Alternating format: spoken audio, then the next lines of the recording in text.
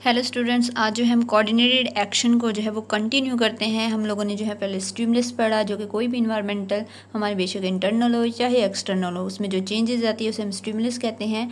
और उन चेंजेस को जो हमारी बॉडी में रिसेप्टर्स होते हैं वो उन्हें डिटेक्ट करते हैं एंड देन मैसेज सेंड करते हैं कोऑर्डिनेटर को। कोऑर्डिनेटर जो है वो दोबारा से उसका जो है वो ऑर्डर देते हैं एंड देन वो मैसेज जो है वो सेंड करते हैं इफेक्टर को। अब इफेक्टर क्या होता है हम आज पढ़ेंगे। ये होते हैं डिफाइंस की क्या है, these are the parts of body. ठीक है, ये हमारी बॉडी के वो पार्ट्स होते हैं which receive message from coordinator, जो कोऑर्डिनेटर होता है उनसे मैसेज रिसीव करते हैं एंड प्रोड्यूस पार्टिकुलर रिस्पॉन्स। एक ख़ास जो होता है वो रिस्पॉन्स, ख़ास एक्शन जो है वो प्रोड्यूस करता है। अब जैसे कि कोऑर्डिनेशन 2 टाइप्स की है तो फिर इफेक्टर भी 2 टाइप्स के होंगे। अब नर्वस कोऑर्डिनेशन में क्या होता है कि neuron carry message from coordinator. ठीक है, न्यूरॉन, क्योंकि हमने पढ़ा था कि रिसेप्टर से ही कोऑर्डिनेटर तक न्यूरॉन ही मैसेज लाएगा नर्व इम्पल्स की फॉर्म में। ठीक है, सॉरी, नर्व इम्पल्स न्यूरॉन के थ्रू नर्व इम्पल्स की फॉर्म में मैसेज आएगा कंडक्टर कोऑर्डिनेटर तक एंड देन जो है फिर वो कोऑर्डिनेटर से इफेक्टर तक भी जो है वो कहाँ से न्यूरॉन की फॉर्म में जाए मैसेज जाएगा। ठीक है, कहाँ जाएगा, कोऑर्डिनेटर ब्रेन एंड स्पाइनल को कोऑर्डिनेटर होता है वहाँ पे, कहाँ जाएगा, इफेक्टर पे। और इफेक्टर कौन से होते हैं हमारी बॉडी में, muscles and glands which act as effector. ठीक है, neuron carry message from coordinator. ठीक है, कोऑर्डिनेटर तक मैसेज जो है वो न्यूरॉन लाते हैं to muscles and gland which act as effector, जो कि इफेक्टर के तौर पर एक्ट करते हैं। ठीक है, नर्वस कोऑर्डिनेशन में इफेक्टर कौन से होते हैं, मसल्स एंड ग्लैंड। जैसे हमारे पास सैलिवरी ग्लैंड्स है। ठीक है, हम अगर घर में इंटर हों और हम सामने खाना देखें अपने, तो क्या होता है कि हमारे मुंह में पानी आ जाता है। अब वो कैसा होता है कि खाना देखा, हमने देखा कहाँ से, सेंसरी रिसेप्टर के जरिए ना। वो जो खाना था वो कोई भी चेंज था, हमारे स्टिमुलस था एंड देन हम लोगों ने इफेक्ट रिसेप्टर के जरिए देखा, हमारे सेंसरी ऑर्गन्स के जरिए कि वहाँ पे खाना है। देन वो दोबारा वो मिनट 1 सेकंड में मैसेज हमारे तक ब्रेन तक गया एंड ब्रेन जो कोऑर्डिनेटर है उसने जो है फ़ौरन ही डाइजेस्टिव सिस्टम को कहा कि आप प्रिपेयर हो जाए क्योंकि ये इंसान खाने वाला है। एंड देन जो है वो हमारे माउथ में सैलिवरी ग्लैंड के जरिए जो है वो सलीवा सिक्रीट होता है। तो क्या होता है कि इफेक्टर, सैलिवरी ग्लैंड क्या है, इफेक्टर है, और जो वो सिक्रीशन है वो उसका रिस्पॉन्स है, राइट। जबकि केमिकल कोऑर्डिनेशन में क्या होता है कि particular hormones carry message from coordinator. ठीक है, केमिकल कोऑर्डिनेशन में हमने पढ़ा था कि हार्मोन्स के थ्रू ही मैसेज जो है वो कोऑर्डिनेटर से पार्टिकुलर टारगेट टिश्यू तक जाता है, जो कि एक्ट एज इफेक्टर के तौर पे एक्ट करते हैं। ठीक है, कोऑर्डिनेटर कौन होते हैं केमिकल कोऑर्डिनेशन में, कि एंडोक्राइन ग्लैंड। अब हम इसमें पढ़ेंगे इसमें कौन कौन से जो है वो फैक्टर्स होते हैं।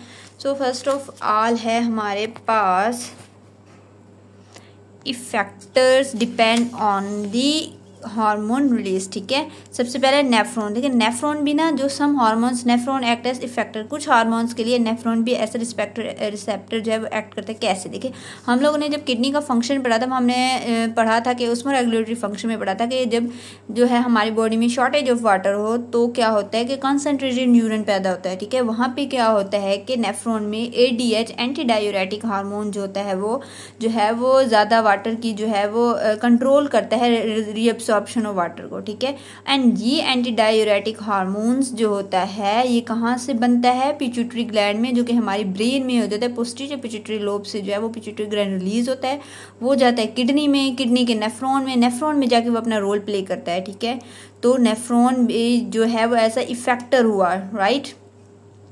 एंड देन बोन है, हमारी बोन ग्रोथ हार्मोन, जो बोन्स में है ना वो ग्रोथ हार्मोन आके एक्ट करते हैं। और ये एंडोक्राइन ग्लैंड्स होते हैं जो ग्रोथ हार्मोन को सिक्रीट करते हैं। ये जो है फिर हमारी जो है वो ग्रोथ के लिए हेल्प करते हैं बोन्स के अंदर जाके। और लीवर में भी जो है ना वो इंसुलिन फॉर एग्जांपल हार्मोन होते हैं, उसे पेनक्रियास सिक्रीट करता है। जब हमारी बॉडी में जो है वो ग्लूकोज की कंसनट्रेशन हाई हो जाती है, फिर लीवर में जाके या लीवर और मसल्स में जाके जो है वो इंसुलिन एक्ट करती है, वहाँ से जो है वो ग्लूकोज की जो है वो एक्स्ट्रा ग्लूकोज को जो है वो एब्जॉर्ब करती है।